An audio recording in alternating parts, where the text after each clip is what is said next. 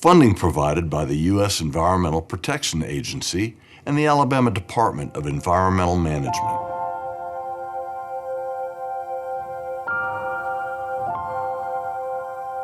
Alabama is endowed with a natural abundance of beautiful flowing waters.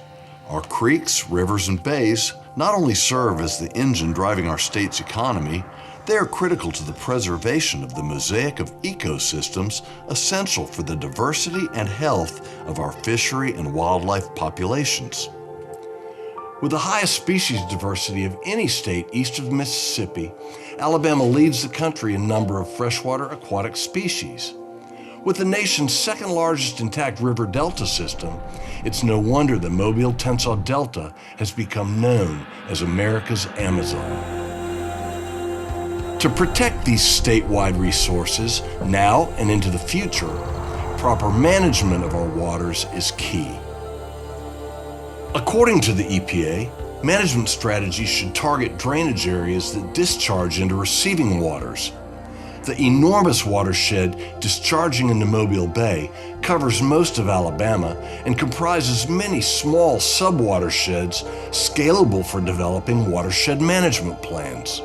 These plans, for areas draining to the common receiving waters for which they are generally named, ensure restoration efforts are based in science, prioritize areas where best management practices can be implemented to improve water quality, and fit into an overall management program independent of geopolitical boundaries which might limit actions or responses. As watershed management planning is implemented across the state, the Mobile Bay National Estuary Program, a non-regulatory, place-based program of the EPA, has provided a leading example of the benefits of this approach in managing water resources. So watershed management plans are a EPA prescribed process for bringing stakeholders within a watershed together. This is everything from local citizens, homeowners, business owners, municipal, state, federal agencies to come up with an accurate picture of what's going on within a watershed. It's a science-based approach to identifying problems and identifying solutions to remedy those issues within that given watershed. A watershed management plan evaluates land use, topography, soil types, and stormwater hydrology. Takes over a year to develop, requires extensive community engagement, and focuses on teaching communities about the land that impacts their waters. It identifies problems that threaten water quality and recommends prioritized solutions to those problems. It even identifies potential funding sources to pay for those solutions. Data derived from these plans can supplement ongoing monitoring by the Alabama Department of Environmental Management by identifying previously unrecognized impairments. If the water's quality fails to meet standards for its designated use classification, ADEM will place it on the Clean Water Act Section 303D list of impaired waters.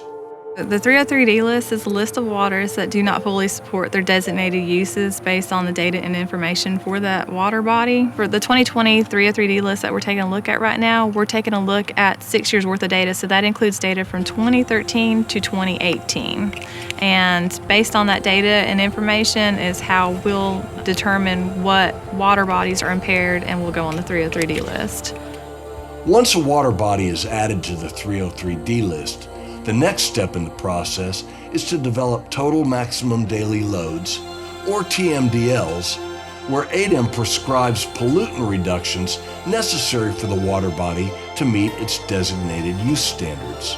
Recommendations from the Watershed Management Plan target those impairments with prioritized actions, which provide the groundwork for municipalities and nonprofits to apply for grants from a range of sources, including ADEM's 319 NonPoint Source Pollution Program. A lot of people think that point source discharges or discharges that come from a pipe are the main cause of water quality impairments, and that's not true. Those discharges are regulated through permits and things like that, so those discharges are not the main driver of water quality impairments. The main driver of water quality impairments is what we call non-point source discharge, And that's when rainwater flows across the land, parking lots and things like that, and picks up pollutants as it's traveling across the land. And that stormwater is not treated. It typically flows right into a stormwater conveyance system and then discharges directly into a local creek or stream.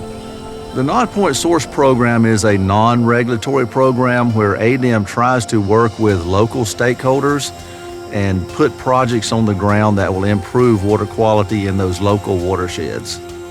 Joe's Branch in the D'Olive Creek Watershed provides an instructive example of how a watershed management plan and seed money from ADEM 319 can bring together a range of stakeholders to address stormwater issues. In 2006, community leaders approached the Mobile Bay National Estuary Program about excessive sedimentation in the Lake Forest Lake. With many blaming the problem on a large construction project nearby, a watershed management plan for the D'Olive Creek, Tiawassee Creek, and Joe's Branch subwatersheds was initiated. While mismanaged construction sites often contribute to sediment entering nearby waterways, the completed plan revealed the primary source was erosion throughout the intricate network of the watershed streams and creeks.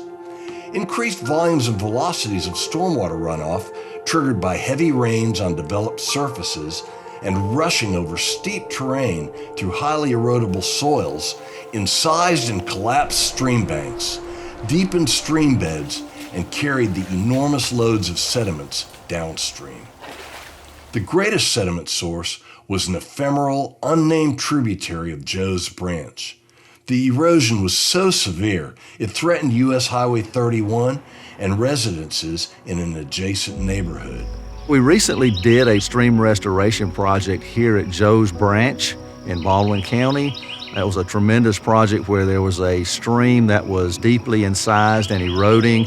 It was transporting a lot of sediment out into the bay, causing sediment impacts into the bay, and we went in and worked with a lot of different stakeholders, ALDOT, Spanish Fort, City of Daphne, Mobile Bay NEP, just a whole host of stakeholders that worked on that project. And ADEM provided kind of the seed money for that project, but then these other stakeholders brought resources and matching funds to the table, and it really was a tremendously successful project. With sediment pollution delivered from one city to impact another, funding was used to stabilize the tributary with a step pool stormwater conveyance system designed to increase infiltration, reduce the speed and energy of stormwater runoff, and curtail the sediment loads while preserving ecological function.